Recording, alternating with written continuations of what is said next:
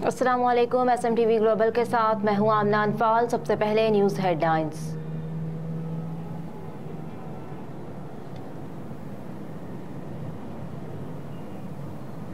15 सितंबर से मुल्क भर में बारिशों की पेशगोई। 15 सितंबर से 20 सितंबर के दौरान आंधी और तेज हवाओं के साथ वक्फे से बारिश का इम्कान, जबकि खलीज बंगाल से मानसून हवाएं मुल्क के बालाई इलाकों में दाखिल होंगी। 16 सितंबर से मगरबी हवाएं भी मुल्क के बालाई इलाकों में दाखिल होने का इम्कान। महकमा मौसमियात के मुताबिक 15 से 20 सितंबर के दौरान कश्मीर, गिलगित बल्तिस्तान, मरी, गलियात समेत पंजाब के अक्सर मकामात पर तेज हवाओं और गरज चमक के साथ बादल बरसने का इम्कान है। इस दौरान रावलपिंडी, इस्लामाबाद समेत खैबर पख्तूनख्वा में भी तेज हवाओं और गरज चमक के साथ वक्फे से बारिश हो सकती है। 18 सितंबर के दौरान कुरम, लकी मरवत, डेरा इस्माइल खान, बनो, करक, वजीरिस्तान और जनूबी पंजाब में वक्फे से बारिश मुतवक्के, जबकि 16 से 18 सितंबर को राजनपुर, मूसाखेल, बारखान, यौब, किल्लात, खुजदार, मीरपुर खास, थरपारकर, खैरपुर, उमरकोट में भी बादल बरसने का इम्कान। दूसरी जानिब 17 से 19 सितंबर के दौरान गिलगित बल्तिस्तान, कश्मीर, गिलियात, चित्राल, एबटाबाद, रावलपिंडी, इस्लामाबाद में नदी नालों में पानी की बहाव में इजाफे का इम्कान है, जबकि मूसलाधार बारिशों के बायस कश्मीर, गिलगित बल्तिस्तान, चित्राल, मानसहरा में लैंडस्लाइडिंग का खदशा। बारिशों के बायस हालिया गर्मी की शिद्दत में कमी का इम्कान है, जबकि आंधी तेज हवाओं के बायस कमजोर इंफ्रास्ट्रक्चर, सोलर पैनल को नुकसान पहुंचने का खदशा, जिसके पेश नजर महकमा मौसमियात ने तमाम मुताल्लिका इदारों को अलर्ट रहने की हिदायत जारी कर दी।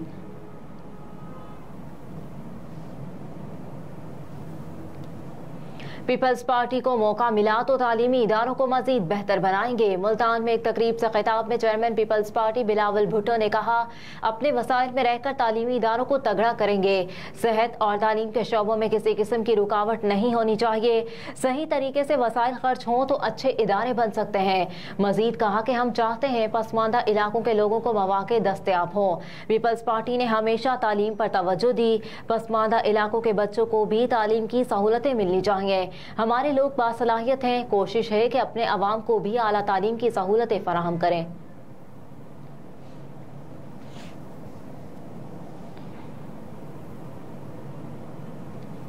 किसी को मुआशरे को यरगमाल बनाने की इजाज़त नहीं देंगे। दौरा गिलगित में इदारा इमराज़ कल्ब में और PD के इफ्तिताह के मौके पर निगरान वज़ीर आज़म ने कहा कि पाकिस्तान के अंदर किसी और मुल्क की एजेंसी नहीं, सिर्फ मुल्की इदारों का असर होगा। किसी और से कोई उम्मीद या खुशफहमी है तो वो दूर कर लें। उन्होंने कहा कि गिलगित बल्तिस्तान के तमाम मसाइल आईनी तरीके से हल किए जाएंगे। आईनी सवालात के जवाब ढूंढ रहे हैं और उनके जवाब जल्द अवाम तक पहुँचाएंगे।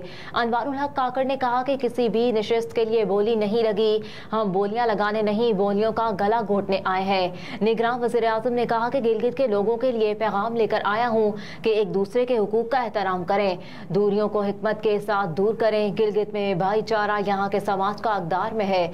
अनवारुल हक काकड़ ने कहा कि गिलगित के वासियों ने बड़ी मोहब्बत से इस्तकबाल किया। गिलगित बल्तिस्तान रंगो नस्ल के लोगों का गुलदस्ता है। मजीद बोले कि गिलगित बल्तिस्तान के लोगों के हौसले पहाड़ों की तरह है। यहाँ सयाहत की गर्ज से दुनिया भर से लोग आते हैं। गिलगित बल्तिस्तान की तरक्की के लिए मुख्तलिफ लोगों से मुलाकातें भी हुई हैं। अनवारुल हक काकड़ ने मजीद कहा कि एक दूसरे के हुकूक का एहतराम जरूरी है। हुकूक के नफाज की जिम्मेदारी रियासत की है। अपनी जिम्मेदारी को एहसन तरीके से निभाएंगे, जबकि गलत फहमियों की बुनियाद पर दूरियों का खात्मा जरूरी है। हम हिकमत और हिम्मत से इन दूरियों का खात्मा करेंगे।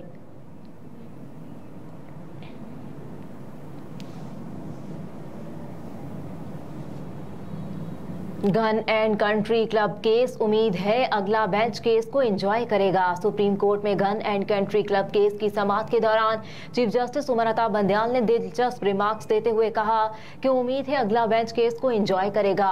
Gun and country club case की समाअत चीफ जस्टिस उमर अता बंदयाल की सरबराही में सुप्रीम कोर्ट के 3 रुकनी बेंच ने की। ताहम फरीकेन के वकील के इस्तदा पर समाअत बगैर किसी कार्रवाई के मुलतवी हो गई। केस की समाअत के दौरान चीफ जस्टिस ने रिमार्क्स दिए, क्या बाकी वकला को इत्तला नहीं हुई थी। हम आपको गुड टू सी यू कहते हैं। जस्टिस उमर अता बंदियाल ने मजीद कहा कि यह केस बहुत दिलचस्प था। अब यह केस नया बेंच सुनेगा। जरूरी नहीं कि इंसान जो चाहे उसकी वो ख्वाहिश पूरी हो। उम्मीद है अगला बेंच इस केस को इंजॉय करेगा। सुप्रीम कोर्ट ने नवंबर 2022 में gun and country club Islamabad के फौरी ऑडिट का हुक्म दिया था, जबकि गुज़िश्ता दौर हुकूमत में पब्लिक अकाउंट्स कमेटी ने वजारत हाउसिंग एंड वर्क्स और वजारत बैनुल सूबाई राब्ता के ऑडिट पे रास्त का जायजा लेकर gun and country club Islamabad का रिकॉर्ड कब्जे में लेने की हिदायत की थी।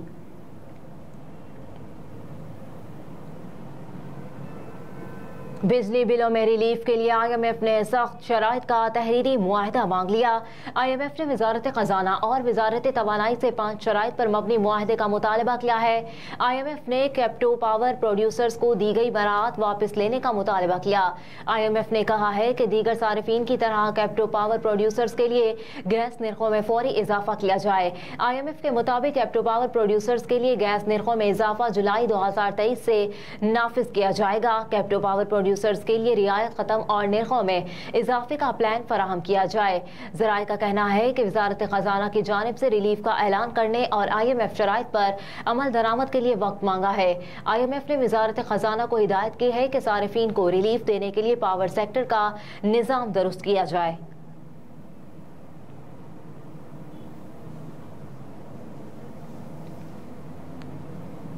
माली मुश्किलात का शिकार कौमी एयरलाइंस को रिलीफ। FBR ने तमाम अकाउंट्स बहाल कर दिए।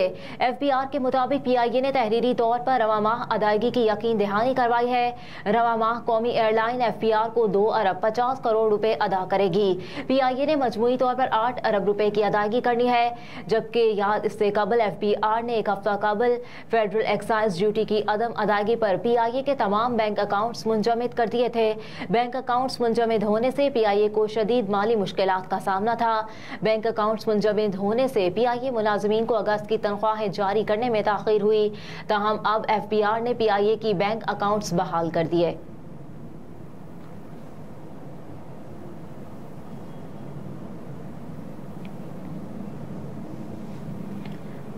9 मई सानहा चेयरमैन तहरीक इंसाफ 10 मुकदमात में गुनाहगार करार। चेयरमैन तहरीक इंसाफ के अपने बयानात हालात से मुतजाद पाए गए। GIT रिपोर्ट में इंकशाफ। 9 मई सानहा GIT ने 14 मुकदमात में से 10 मुकदमों में चेयरमैन तहरीक इंसाफ इमरान खान को गुनाहगार करार दे दिया। चेयरमैन तहरीक इंसाफ के खिलाफ मरकजी मुकदमा 9623 का चालान 2000 सफात पर मुश्तमिल है। GIT ज़राए के मुताबिक GIT हुकाम के मुताबिक चेयरमैन PTI के अपने बयानात हालात से मुतजाद पाए गए। चेयरमैन तहरीक इंसाफ के खिलाफ सोशल मीडिया से मुतालिक 400 से ज़ायद शवाहिद मिले हैं। गिरफ्तार मुल्जिमान के बयानात और निशानदही पर चेयरमैन तहरीक इंसाफ को गुनाहगार करार दिया गया है। GIT ने कहा कि जिना हाउस हमले में बराह रास्त मुलव्विस 80 मुल्जिमान के बयानात में साजिश का अंसर वाज़ेह हुआ। 9 मई के वाक़यात पर बराह रास्त साजिश के शवाहिद भी दौरान तफ्तीश मिले हैं। दीगर 9 मुकदमात में भी ठोस शवाहिद की रोशनी में चेयरमैन तहरीक इंसाफ गुनाहगार करार पाए।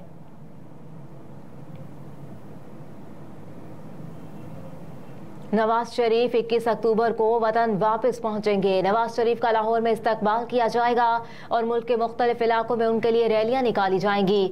साबिक वज़ीर आज़म और पाकिस्तान मुस्लिम लीग नून के कायद नवाज शरीफ की वतन वापसी की तारीख तय पा गई है। लंदन में नवाज शरीफ की ज़ेर सदारत मुस्लिम लीग नून का इजलास हुआ, जिसमें शहबाज शरीफ, सुलेमान शहबाज, हसन नवाज, ख्वाजा आसिफ और दीगर रहनुमा शरीक हुए। मुलाकात में नवाज शरीफ की वतन वापसी और इंतखाबात की हिकमत अमली पर तबादला ख्याल किया गया, जबकि इंतखाबात के हवाले से पाकिस्तान पीपल्स पार्टी की पोजीशन पर भी तबादला ख्याल हुआ। साबिक वज़ीर आज़म शहबाज शरीफ ने अपने एक बयान में कहा कि नवाज शरीफ 21 अक्टूबर को वतन वापस आएंगे और वतन वापसी पर उनका इस्तकबाल किया जाएगा।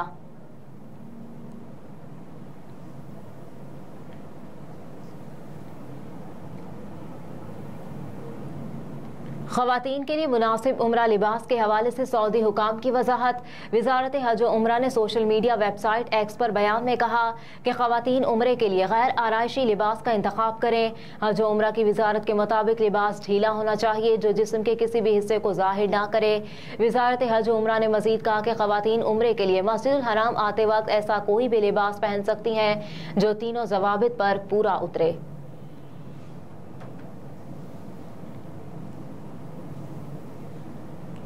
और लीबिया में समुद्री तूफान डेनियल से अमवात की तादाद 6000 हो गई। 10,000 शहरी ताहाल लापता। लीबिया की वजारत दाखिला ने तस्दीक करते हुए बताया कि मुल्क के शुमाल मशरकी साहली इलाकों से टकराने वाले समुद्री तूफान डेनियल से पैदा होने वाली सैलाबी सूरत हाल के बायस अमवात 6000 हो गई हैं। वजारत दाखिला ने बताया कि सैलाब की वजह से 10,000 अफराद लापता हैं। 1500 अफराद की लाशें तलाश कर ली गई हैं। अब तक 700 अफराद की लाशों को दफनाया जा चुका। मुल्क के शुमाल मशरकी साहली इलाकों में कर्फ्यू नाफिज कर दिया गया। हेडलाइंस आपने जानी। न्यूज़ स्टूडियो से फिल वक्त इतना ही। आप देखते रहिए SMTV ग्लोबल।